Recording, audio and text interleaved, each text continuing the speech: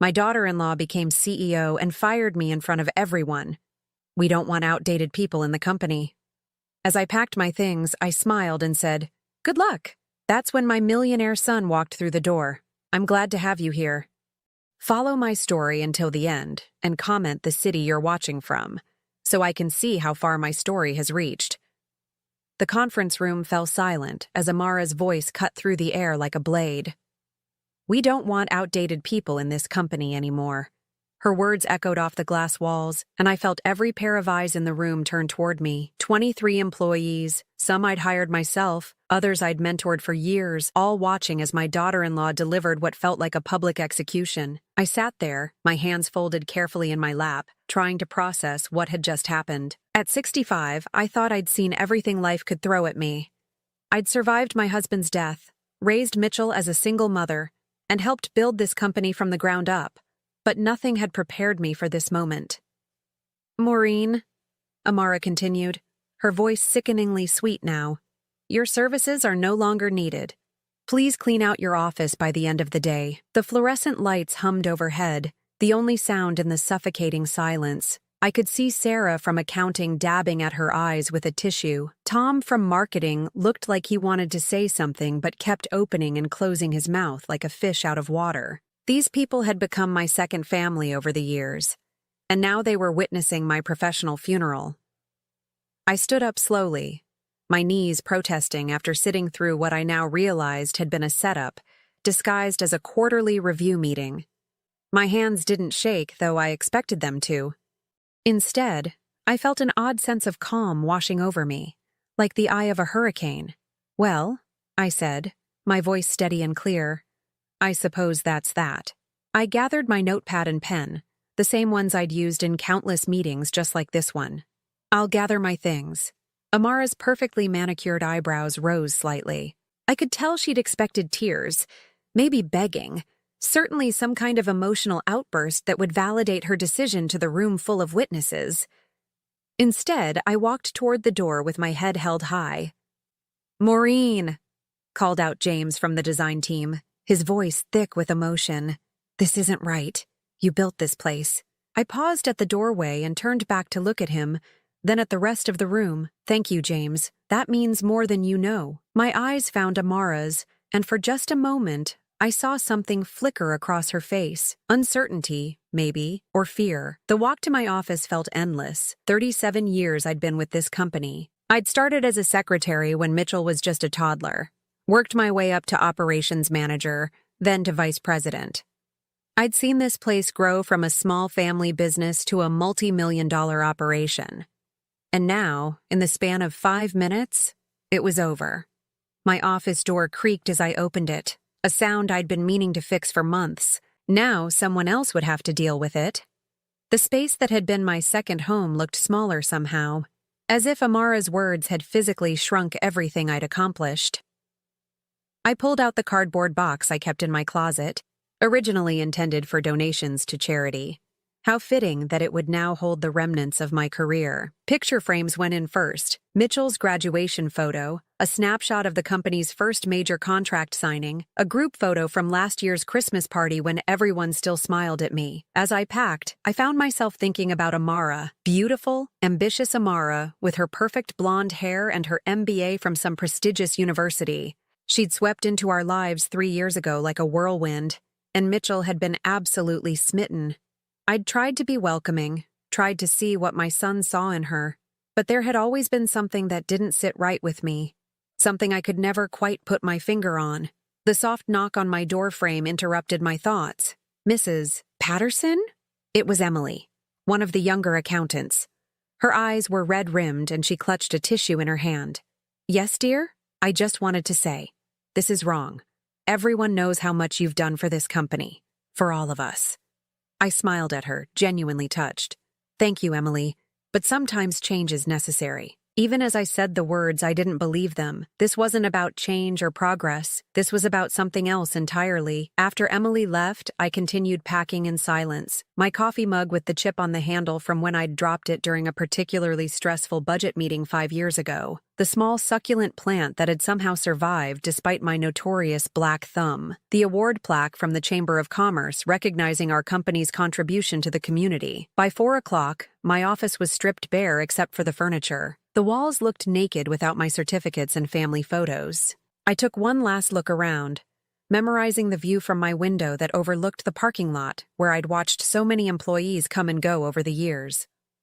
I carried my box through the main office, feeling the weight of everyone's stares. Some people were openly crying now. Others pretended to be busy with their computers, but I could see them watching from the corners of their eyes.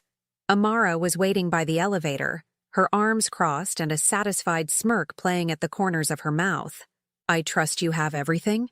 she asked, though her tone suggested she couldn't care less. I shifted the box in my arms and looked at her directly. Really looked at her. The expensive suit that probably cost more than most people made in a month. The diamond earrings that caught the light just so. The wedding ring that matched the one my son wore. The one that had made him so happy when she said yes. "I do," I replied calmly. Then, surprising myself as much as her, I smiled. Not a bitter smile or a forced one, but a genuine, almost serene smile. "Good luck, Amara. You're going to need it." Something shifted in her expression, just for a moment. The confidence flickered, and I saw a flash of something that might have been panic. But then the elevator doors opened, and I stepped inside without looking back. As the doors closed and I began my descent to the parking garage, I found myself thinking about that flash of panic in Amara's eyes. What did she know that I didn't? Or perhaps the better question was, what did I know that she thought I didn't? The elevator stopped with a soft ding, and I walked toward my car, that strange sense of calm still surrounding me like a protective bubble. I had the oddest feeling that this wasn't over, not by a long shot. Sitting in my car in the company parking lot, I found myself transported back to that spring evening 3 years ago, when Mitchell first brought Amara home for dinner.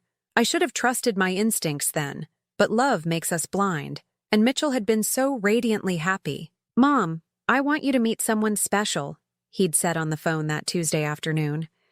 His voice had that breathless quality I hadn't heard since he was a teenager with his first crush. "Can you make your famous pot roast this Sunday?"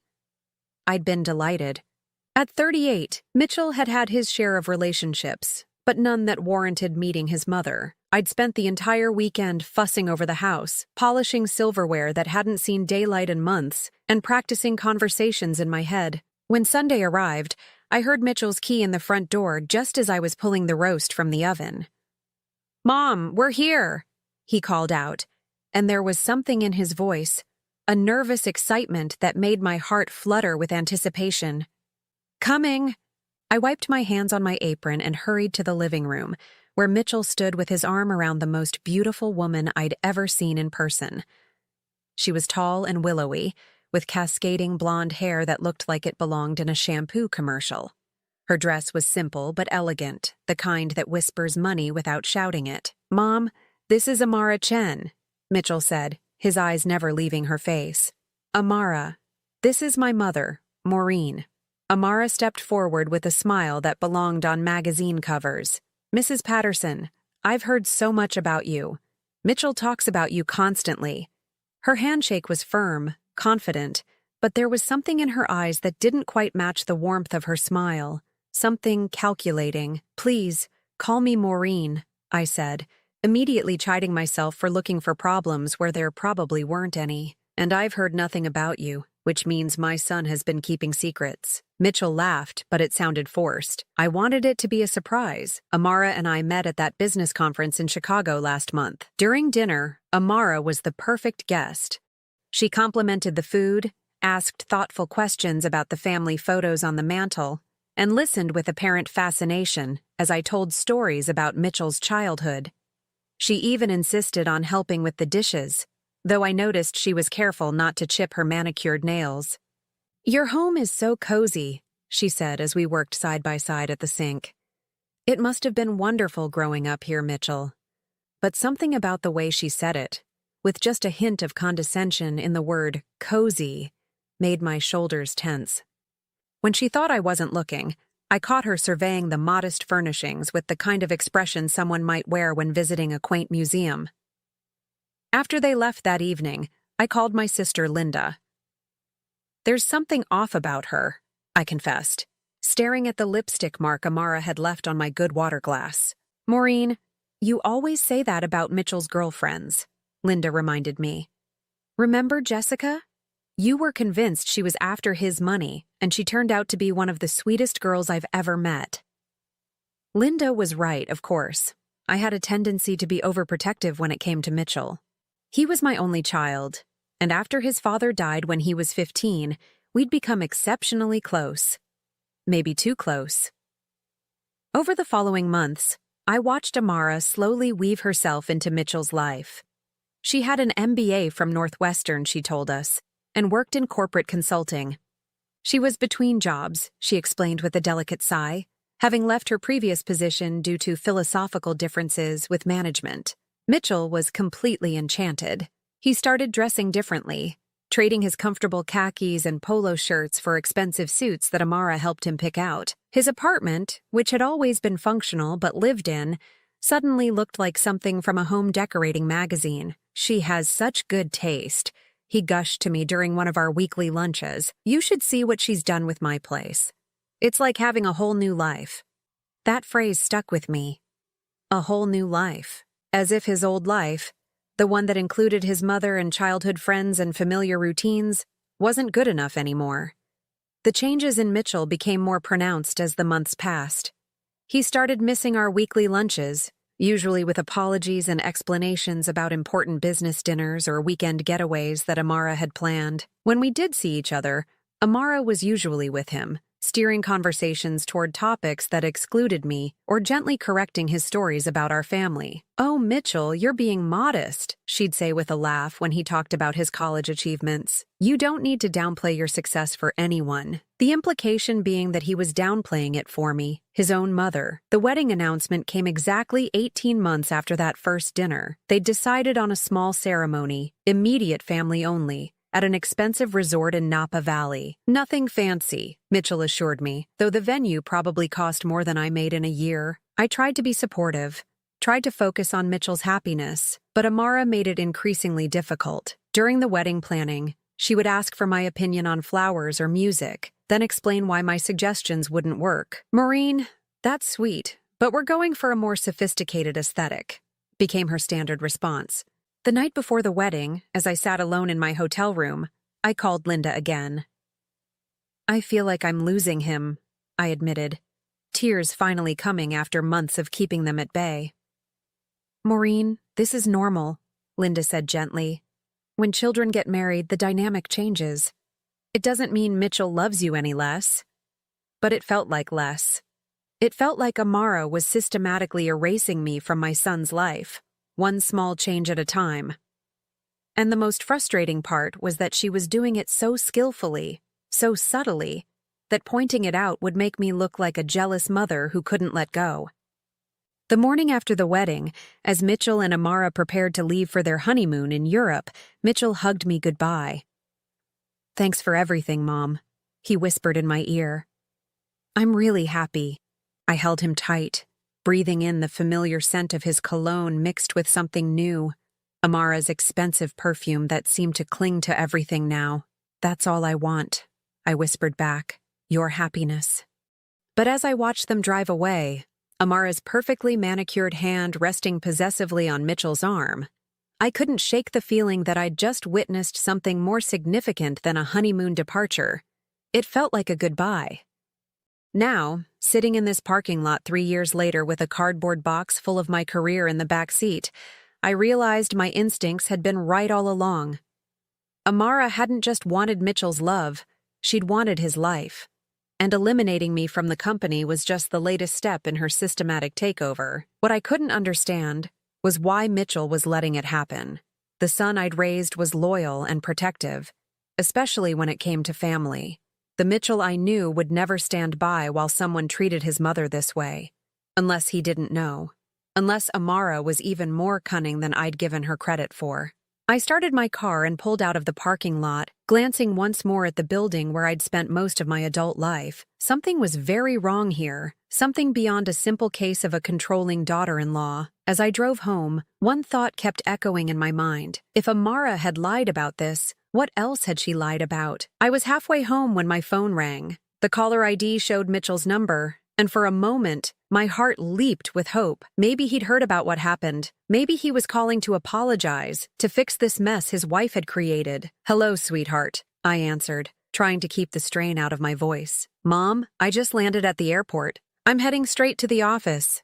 Is everything okay?" Amara's been sending me strange texts all day. My breath caught. Mitchell had been in Seattle for a week-long business conference. He didn't know. Amara had orchestrated my humiliation while my own son was 3,000 miles away. "I'm fine, dear.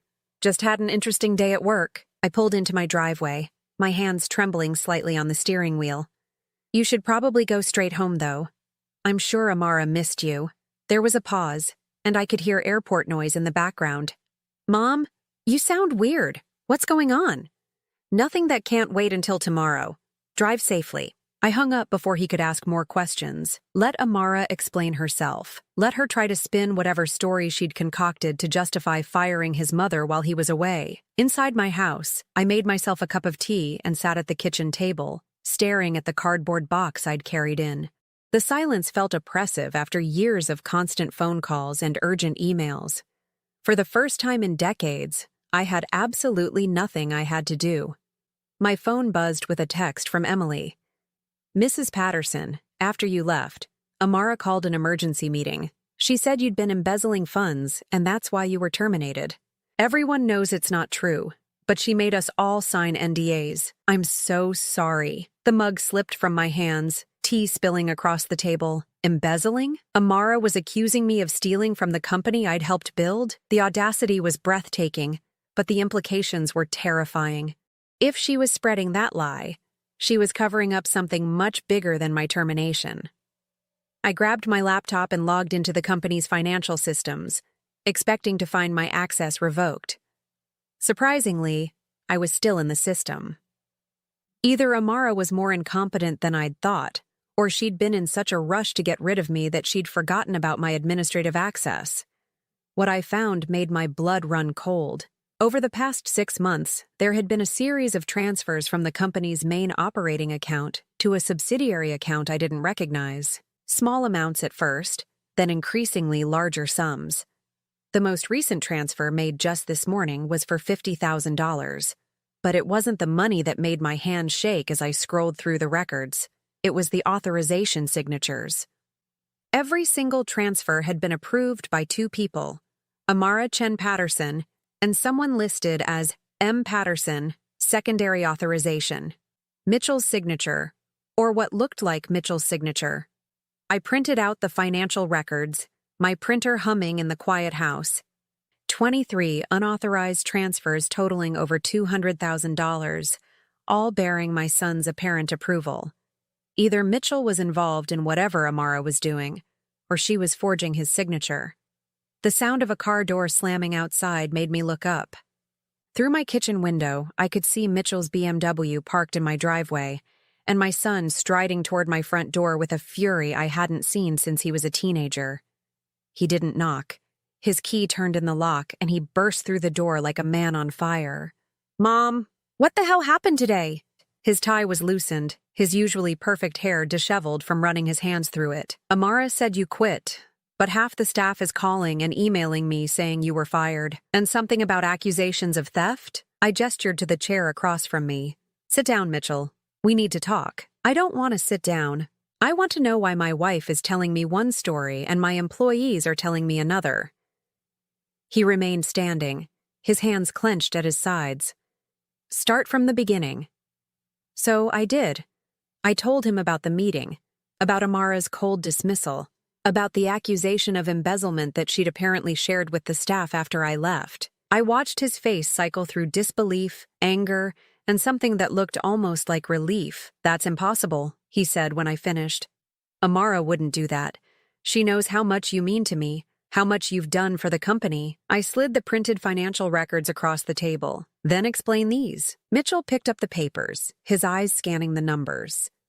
I watched his expression change as he took in the transfers, the amounts, the dates.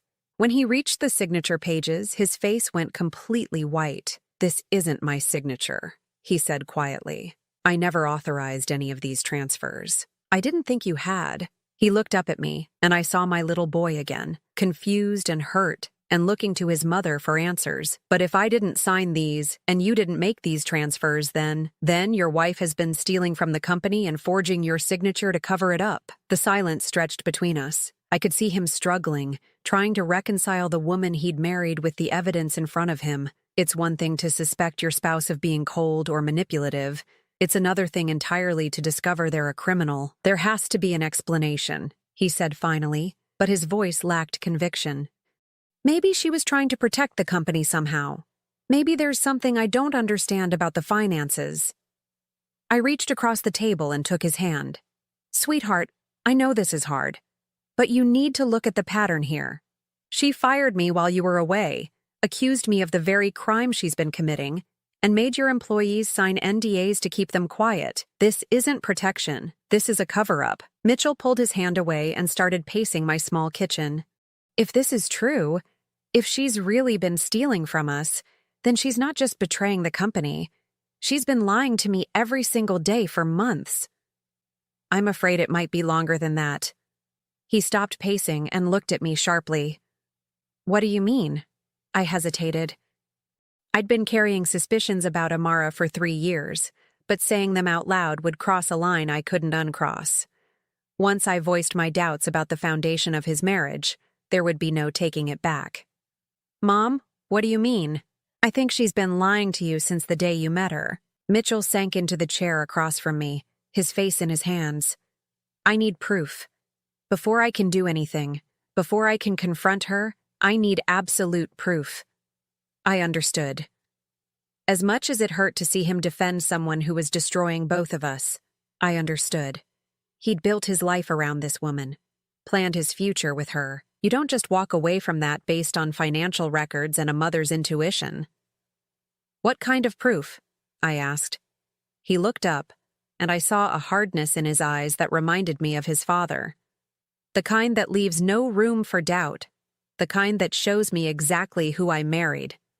As he sat there, lost in thought, I realized something had shifted. The blind devotion he'd shown Amara for 3 years was cracking. He was starting to see what I'd seen all along. But I also knew that discovering the truth about someone you love is a dangerous thing. It changes you in ways you can't predict. As I looked at my son's face, pale and drawn with the weight of betrayal, I wondered if protecting him from this truth might have been kinder than exposing him to it. Too late for that now. The truth was out, spreading like cracks in ice. The only question was how much more damage it would do before everything finally shattered. "I'm going home," Mitchell said finally. "I need to look at our personal accounts, see if there are other irregularities I've missed. And I need to figure out how to handle this without destroying everything we've built." I walked him to the door, my heart breaking for the pain I could see him trying to hide. "Mitchell, whatever you find, whatever you decide to do, I'm here. I've always been here." He hugged me tight, and for a moment he was my little boy again, seeking comfort from the person who'd never let him down. "I know, Mom. I'm sorry it took me so long to see it." As I watched him drive away, I felt a mixture of vindication and sorrow. I'd been right about Amara all along, but being right had cost my son his happiness and his trust in the woman he'd planned to spend his life with. The house felt even quieter after he left, but it was a different kind of quiet now. Not the silence of ending, but the silence before a storm. Tomorrow, Mitchell would start digging deeper into his wife's deceptions, and I had a feeling that what he found would make today's revelations look like a gentle introduction to the truth. The call came at 6 in the morning. I was already awake, had been since 4, lying in bed replaying yesterday's events over and over. When I saw Mitchell's name on my phone, my stomach clenched with dread. "Mom, I need you to come over. Now." His voice was hollow, distant. "Don't call first, just come. And Mom, bring your key to the office. I need to get into Amara's desk." I threw on clothes and drove through the empty streets to Mitchell's house, my mind racing with possibilities. What had he found? How much worse could this get?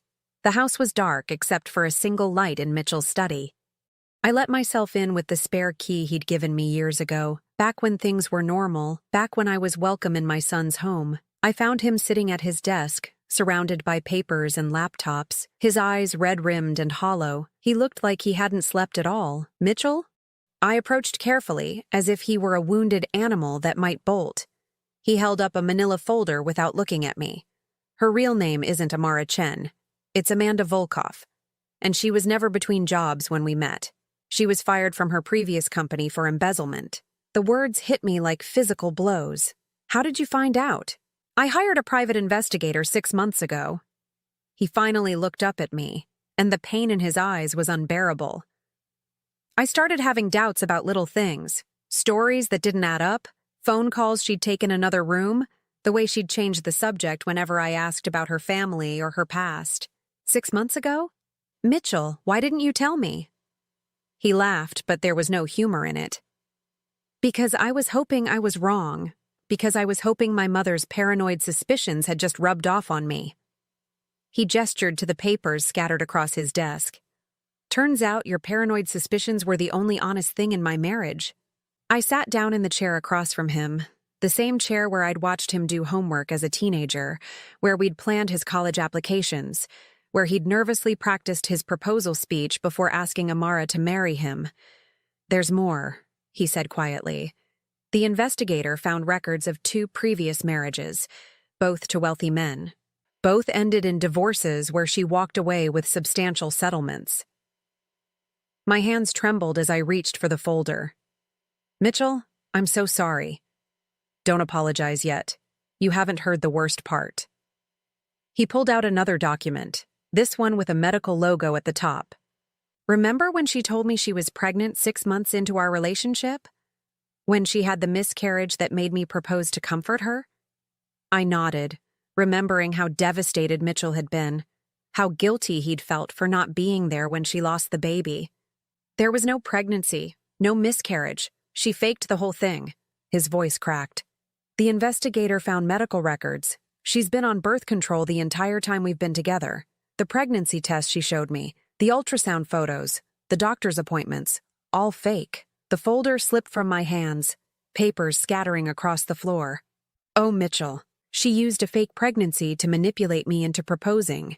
Then she used a fake miscarriage to manipulate me into an immediate wedding so I wouldn't leave her in her time of grief. He air-quoted the words, his face twisting with disgust. Every single foundational moment of our relationship was a lie. I knelt down to gather the scattered papers, needing something to do with my hands while my mind processed this information. Among the documents, I found photographs, surveillance shots of Amara meeting with a man I didn't recognize, receipts from expensive restaurants charged to company credit cards, bank statements showing the money trail from our business to personal accounts in names I'd never heard. Who is this? I held up one of the surveillance photos. Marcus Webb, her real boyfriend. They've been together the whole time. Mitchell's voice was getting steadier now, as if talking about it was helping him process the magnitude of the betrayal. The investigator followed them for weeks. They lived together in a condo downtown that she bought with money stolen from our company. Everything she told me about working late, about business trips, about visiting her sick mother. She was with him. I stared at the photo of Amara laughing with this stranger, her hand on his arm in a gesture of intimacy that should have been reserved for her husband. She looked genuinely happy in a way I'd never seen her look with Mitchell. How long have you known all this? The final report came yesterday morning, while I was still in Seattle. That's why I was rushing back, why I went straight to the office instead of home. I was going to confront her, demand an explanation. He rubbed his face with both hands. Instead, I found out she'd fired my mother and was spreading lies about embezzlement. That's when I knew she was accelerating whatever endgame she had planned. Endgame? Mitchell pulled out his laptop and turned it toward me. On the screen was a divorce petition, already filled out and waiting to be filed. She's been preparing to divorce me for months. According to this, she's claiming I've been abusive, that I forced her to work at the company against her will, that I isolated her from her family and friends. His laugh was bitter. The only family and friends she has are fake, but apparently that doesn't matter in divorce court. But with all this evidence of her fraud, she's been very careful. Most of the stolen money is in accounts with names similar to legitimate business expenses. The forged signatures are good enough that it would take a handwriting expert to prove they're fake. And she's been building her case against me for months, creating documentation of my supposed abuse, my supposed control over her. I felt sick. She's been planning this from the beginning. Longer than that. The investigator thinks she's done this before, probably with both previous husbands. Find a successful man, marry him quickly, gain access to his finances, steal what she can while building a case for divorce, then disappear with everything she can get her hands on. The room fell silent, except for the tick of the grandfather clock in the corner, the one that had belonged to Mitchell's father. I thought about all the family dinners where Amara had sat at our table, all the holidays where she'd opened gifts and pretended to be grateful, all the times I'd bitten my tongue when I wanted to voice my suspicions. "There's something else," Mitchell said quietly. "Something I need to show you at the office. Something I found in her computer that explains why she was so desperate to fire you yesterday." "What do you mean?" "She knows that you've been suspicious of her from the beginning. She's been monitoring your computer access, tracking what files you open, what financial records you review. She fired you because she was afraid you were getting too close to discovering what she's been doing." The irony was bitter. Amara had been so focused on watching me that she hadn't noticed Mitchell was watching her. "So what do we do now?" I asked. Mitchell closed the laptop and leaned back in his chair. "Now we go to the office and gather evidence. Then we call the police and file charges for fraud, embezzlement, and identity theft. Then I file for divorce and try to salvage whatever's left of the company. And personally, how are you handling all this?" For the first time since I'd arrived, his composure cracked. "I don't know, Mom. I thought I knew this person. I thought I loved her. How do you process finding out that everything you believed about your life was a lie?" I reached across the desk and took his hand. "One day at a time, one truth at a time. And you remember that not everything was a lie. Your family is real. The people who truly love you are real. The company we built together is real." He squeezed my hand. "I'm sorry I let her come between us. I'm sorry I didn't listen to you. You don't need to apologize for loving someone even if they didn't deserve it. You need to apologize for questioning your mother's judgment." I smiled, trying to lighten the moment just slightly. He managed a small smile in return. "Your judgment has always been impeccable, especially about people who don't deserve us." As we prepared to leave for the office to gather the evidence that would bring down the woman who had nearly destroyed our family and our business, I felt a strange sense of relief. The truth was painful, devastating even, but it was still the truth. And truth, no matter how ugly, was always better than living a lie. The real question now was what else we might find when we dug deeper into Amara's deceptions. If she'd been this thorough in planning her exit strategy, what other surprises had she left for us to discover? Looking at my son's determined expression as he gathered up the evidence, I realized that whatever we found, we'd face it together, the way we should have been facing things all along, before a master manipulator convinced him that his mother was the enemy. Now the real enemy was finally unmasked, and she had no idea what was coming for her. We arrived at the office at 7:30, an hour before anyone else would be there. Mitchell's hands shook slightly as he unlocked the front door, and I realized this was harder for him than he was letting on. Whatever we found in Amara's office would be the final nail in the coffin of his marriage. "Are you sure you want to do this?" I asked as we walked through the quiet hallway. "I have to. If I'm going to rebuild this company, if I'm going to rebuild my life, I need to know everything." He stopped outside Amara's office door. "Besides, she'll be here in an hour. If we're going to do this, it has to be now." I unlocked her office with my master key, the same key she'd probably forgotten I still had when she orchestrated my firing. The space was immaculate as always. Amara's desk was organized with military precision, every pen in its place, every file folder labeled and sorted.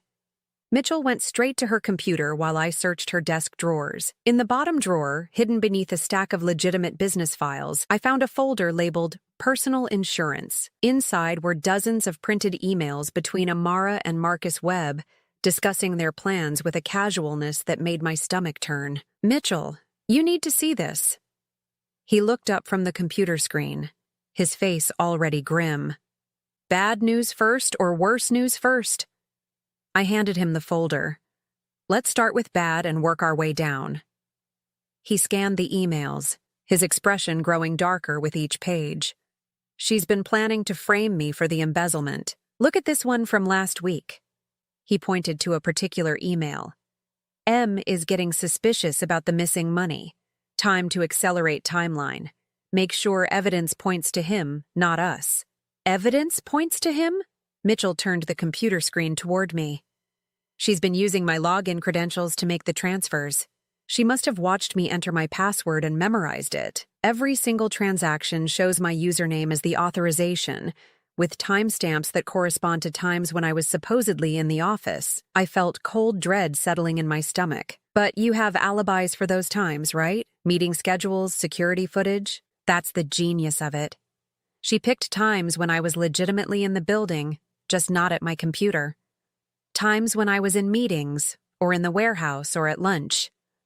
If someone investigated, it would look like I stepped away from my computer and left myself logged in. We continued searching, finding more evidence of Amara's systematic destruction of everything Mitchell had worked for.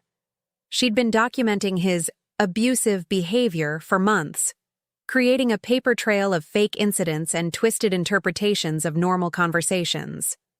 She'd photographed the modest jewelry he'd bought her, claiming in written statements that he'd forced her to wear ostentatious displays of his wealth to make her feel owned. Every kindness he'd shown her, every romantic gesture, every attempt to include her in business decisions had been weaponized against him. How did I not see this? Mitchell asked, staring at a particularly vicious email where Amara described him as controlling and possessive for wanting to know why she was working late so often. Because you're not a sociopath, I said simply. Normal people don't think this way. Normal people don't plan the destruction of someone they claim to love. At 8:15, we heard the distinctive click of high heels in the hallway. Amara was early, probably eager to continue her victory lap from yesterday. Mitchell and I exchanged glances. What do you want to do? I whispered. Confront her. With everything. Let her try to lie her way out of this. The footsteps stopped outside the office door. We heard Amara's key in the lock, then her sharp intake of breath when she realized the lights were already on. Mitchell? Her voice was carefully modulated, surprised but not alarmed. What are you doing here so early? And Maureen, I thought we discussed that your access to this building was revoked. She stood in the doorway, perfect as always in an expensive navy suit, her blonde hair swept back in a flawless chignon, but for the first time, I could see past the facade to the predator underneath. We need to talk, Mitchell said, gesturing to the chair across from her desk. Please, sit down. Amara's eyes flickered between us, and I saw a flash of calculation before she composed herself. Of course, darling. Though I'm not sure why your mother needs to be present for a private conversation between spouses, because this conversation involves her. It involves a lot of things you've done that involve her. Amara sat down gracefully, crossing her legs and folding her hands in her lap. I'm afraid I don't understand. Mitchell spread the printed emails across her desk like playing cards. Let's start with these. Your correspondence with Marcus Webb. For just a moment, Amara's mask slipped. I saw panic flicker across her features before she recovered. I don't know what you're talking about. Really? Because there are quite a few emails here discussing our marriage, our finances, and your plans to extract maximum value from both. Mitchell's voice was deadly calm. Would you like me to read some of the more interesting passages aloud? Amara's jaw tightened almost imperceptibly. Mitchell, if you're accusing me of having an affair based on some fabricated documents, I'm deeply hurt. After everything we've been through together. Fabricated? I couldn't help myself. Are you seriously going to sit there and lie when we have photographs of you with him? Mitchell pulled out his phone and scrolled to the surveillance photos. He turned the screen toward Amara, showing her a particularly damning image of her kissing Marcus outside their downtown condo. Taken last Tuesday, Mitchell said. The day you told me you were visiting your sick mother in Sacramento. Amara stared at the photo, and I watched her mental calculations happen in real time. She was deciding whether to continue lying or switch to a different strategy. All right, she said finally, her voice losing its syrupy sweetness. So I've been seeing someone else. That doesn't make me a criminal. No, but embezzling $200,000 from our company does. Mitchell opened his laptop and turned it toward her. Care to explain these transfers? The ones with my forged signature? Now, Amara went completely still. This was the evidence that could put her in prison, and we all knew it.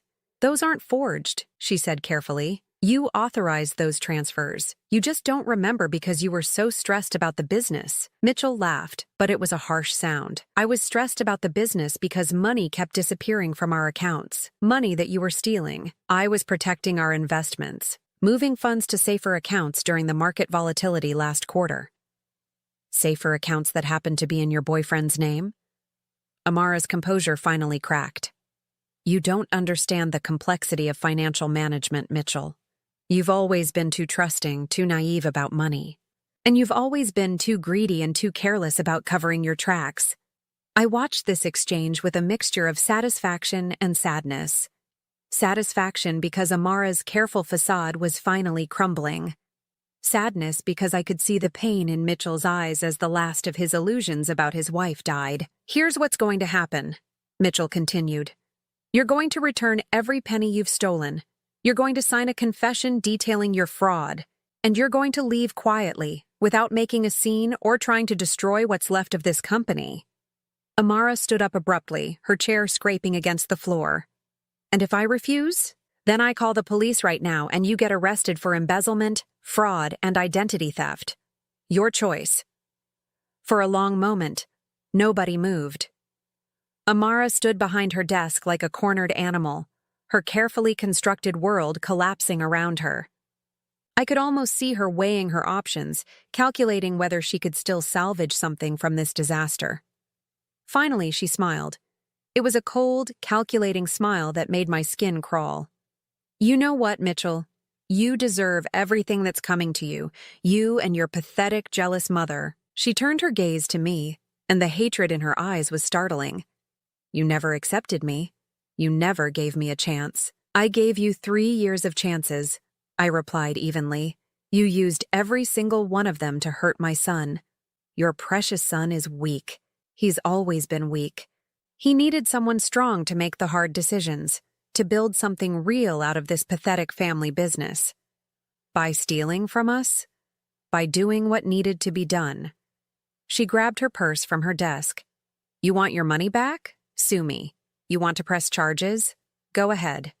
But you'll never prove anything, and by the time you're done paying lawyers, there won't be a company left to save. She headed toward the door, then paused and looked back at Mitchell. Oh, and darling, you might want to get tested. Marcus and I haven't been exactly exclusive, if you know what I mean. With that final cruelty, she walked out, her heels clicking arrogantly down the hallway. Mitchell sat in stunned silence for a long moment. Then, very quietly, he said, I think I'm going to be sick. I moved around the desk and put my arms around my son, holding him while he shook with the aftermath of 3 years of lies finally being exposed. Outside, we heard Amara's car start and speed away. It's over, I whispered. She's gone, and she can't hurt us anymore. But even as I said it, I knew it wasn't quite true. Amara might be gone, but the damage she'd done would take time to repair. The question now was whether we'd be able to salvage the company and Mitchell's faith in love before she found a way to strike back at us. Because I was certain she would try. Women like Amara didn't just disappear quietly into the night. They always had one last card to play. 6 months later, I sat in my old office, which had been restored to exactly the way I'd left it, right down to the chipped coffee mug and the small succulent that had somehow survived Amara's brief reign of terror. The morning sun streamed through the windows, illuminating the financial reports spread across my desk, reports that showed our company not just surviving, but thriving. It hadn't been easy. The weeks immediately following Amara's departure had been a whirlwind of police reports, insurance claims, and damage control. True to her word, she'd tried to make our lives as difficult as possible, filing a counter lawsuit alleging abuse and wrongful termination. But her case had fallen apart when the FBI's Financial Crimes Unit got involved. The federal investigation had revealed that Amara, whose real name was indeed Amanda Volkov, had been running variations of the same con for nearly a decade. There were victims in 3 other states, all successful businessmen who'd been systematically robbed by the woman they'd trusted with their hearts and their bank accounts. Mitchell knocked on my office door frame, a habit he'd developed since we'd started working together again. "Morning, Mom. Coffee, please." I looked up at my son, noting how much healthier he looked than he had 6 months ago. The hollow, haunted expression was gone, replaced by something that looked almost like peace. He set a steaming mug on my desk and settled into the chair across from me, the same chair where he'd sat as a child while I worked late, doing his homework or just keeping me company. "The Henderson contract came through," he said, unable to hide his smile. "They want us to handle their entire West Coast expansion. That's wonderful news." And it was. The Henderson Group contract would put us solidly in the black for the year, erasing the last of the financial damage Amara had caused. "There's something else," Mitchell said, his tone becoming more serious. "I got a call from Detective Morrison this morning. Amara's trial date has been set." I felt a familiar tightness in my chest. Even though she was locked up, even though she couldn't hurt us anymore, the thought of seeing her again made me uneasy. "Will you testify?" I asked. "If they need me to, but Morrison thinks they have enough evidence without putting us through that ordeal. She's facing federal charges in 4 states now. The prosecutor thinks she'll take a plea deal." I nodded.